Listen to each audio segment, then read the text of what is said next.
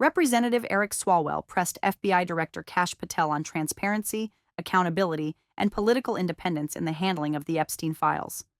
What followed was a tense exchange that exposed sharp disagreements over oversight, disclosure, and the role of the FBI's leadership. Director, the first time you saw Donald Trump's name was in the Epstein files. Did you close the files or keep reading? I have reviewed not the entirety of the files, so you haven't reviewed all of the Epstein files? Personally, no. You're the director of the FBI. This is the largest sex trafficking case the FBI has ever been a part of. Buck stops at the top, and your testimony today is you have not reviewed all the files. What I've been doing is been busy providing the safest country this country has seen in modern U.S. history in historic speed, because the men and women of the FBI are given the resources to reduce the homicide rate, to reduce the drug trafficking rate, to reduce the amount of children that are being trafficked and the number of pedophiles. It sounds like those children being trafficked would appreciate the director reviewing the files.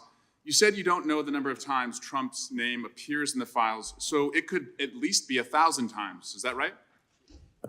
The number is a total misleading factor. We have not released anyone's name in the Epstein files that has not been credible. Director, could it at least be 1,000 times? We have released every piece of legally permissible information. Okay, you can characterize the numbers however you want it. Reclaiming my time, Director. It sounds like if you don't know the number, it could at least be 1,000 times. It's not. It's not. Is it at least 500 times? No. Is it at least 100 times? No. Then what's the number? I don't know the number, but it's not that. Do you think it might be your job to know the number?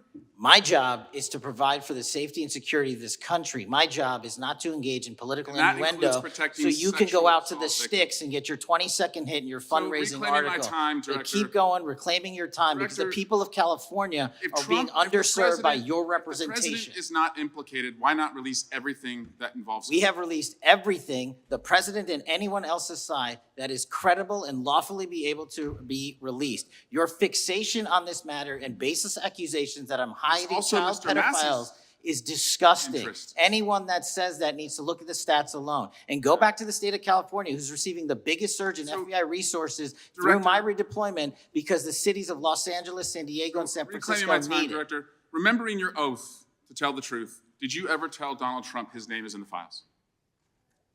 I have never spoken to President Trump about the Epstein files. Did you ever tell the Attorney General that Donald Trump's name is in the Epstein files? The Attorney General and I have had numerous discussions about the entirety of the Epstein files and the reviews conducted by our team. Did you tell the Attorney General that Donald Trump's name is in the Epstein files? And we have released where President Trump's name is in the Attorney's files. It's a simple question. Did you tell the Attorney General that the President's name is in the Epstein files? During many conversations that the Attorney General and I have had on the matter of Epstein, we have reviewed. The question is simple. Did you tell the Attorney General that Donald Trump's name is in the Epstein files? Yes or no? Why don't you try spelling it out? Yes or no, Director? Use the alphabet. Yes or no? No, A, B, C, Director, D, E, F. it sounds like you don't want to tell us. Did you tell the Attorney General that Donald Trump's name was in the Epstein files?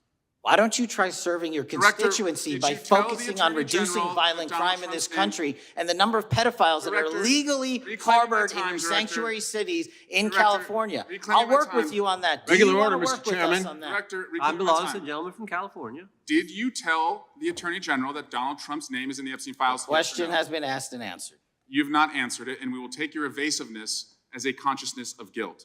Director, did Donald Trump ever say to you, just find and release the entire truth? Don't worry if I'm in it? The instructions from the administration were to release all credible information, and we have done that.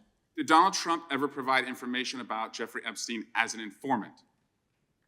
Donald Trump has not been, and I can only speak for the FBI, an informant of the FBI. So, Director, you've played this cute shell game where you say you can't release everything because the court has said that it legally is not allowed to be released, but the court calls bullshit. Judge Richard Berman said that when you went to the court, quote, information contained in the Epstein grand jury transcripts pales in comparison to Epstein investigation information and materials in the hands of the Department of Justice. So let's move on, Director. You wrote a book called Government Gangsters. You identified 20 individuals in that book. You put me on that list at the top of the list. Thank you. My children find it flattering. 20 of those individuals have been investigated or have had adverse actions. Director, considering that you have identified these people as, quote, government gangsters, will you recuse yourself from making any investigation decisions about these individuals? Anyone that has been terminated at the FBI has been done so the because question they failed again, to meet the muster and their Director, constitutional I will obligation. work on the No, no. audio-visual capabilities. I'm going to of terms that borrow don't your even hear me. terminology and call I'm reclaiming bullshit my on your time. entire career in I'm Congress. reclaiming my It has time, been a Director. disgrace to the American Director, I'm people. reclaiming my You time. can reclaim your Will you time all you recuse want. yourself? Chairman, Try you're and gonna protect allow a the witness citizens to of speak this California. way?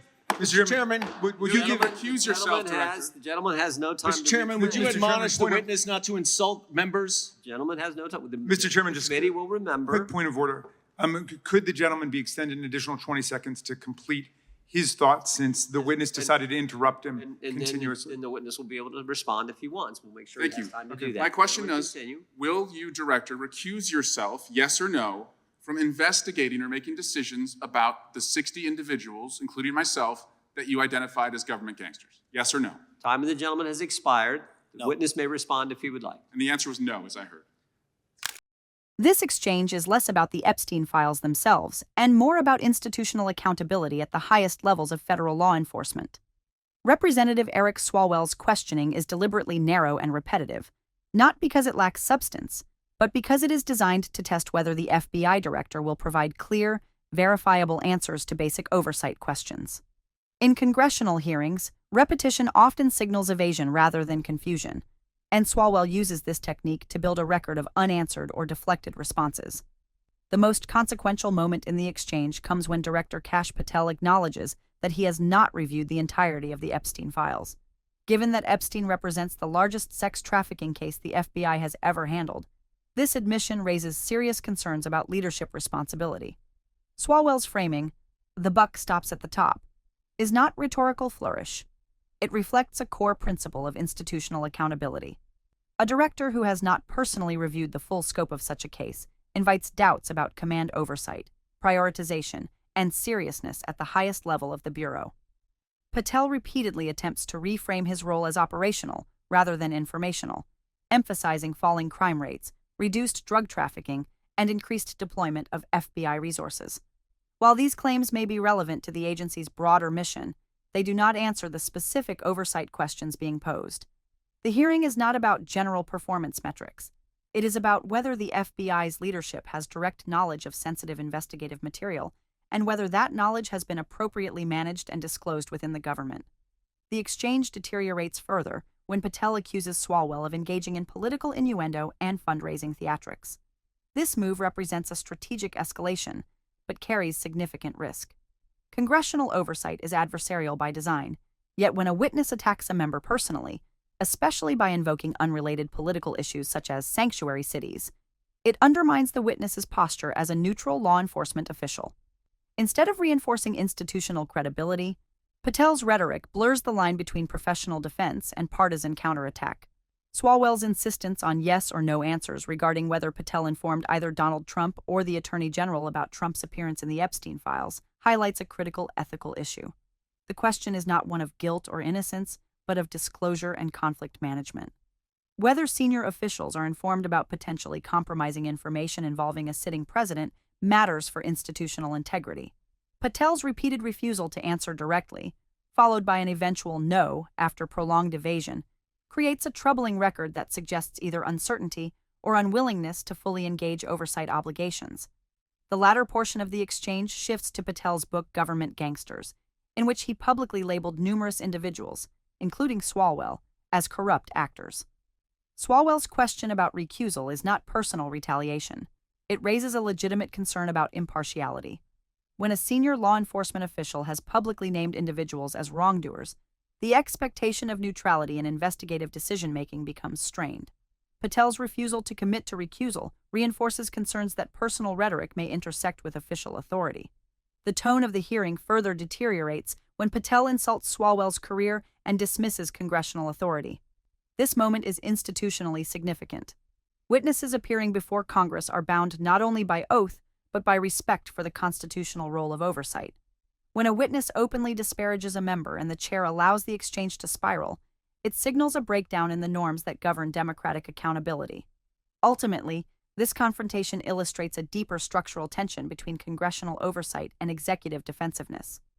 Swalwell's questioning reflects a belief that the FBI under Patel is selectively withholding clarity under the guise of legality, while Patel's responses suggest a view that oversight itself has become politicized and illegitimate. The danger in this standoff is not partisan embarrassment, but erosion of public trust. When basic factual questions cannot be answered clearly, confidence in institutional neutrality and transparency diminishes, regardless of political affiliation.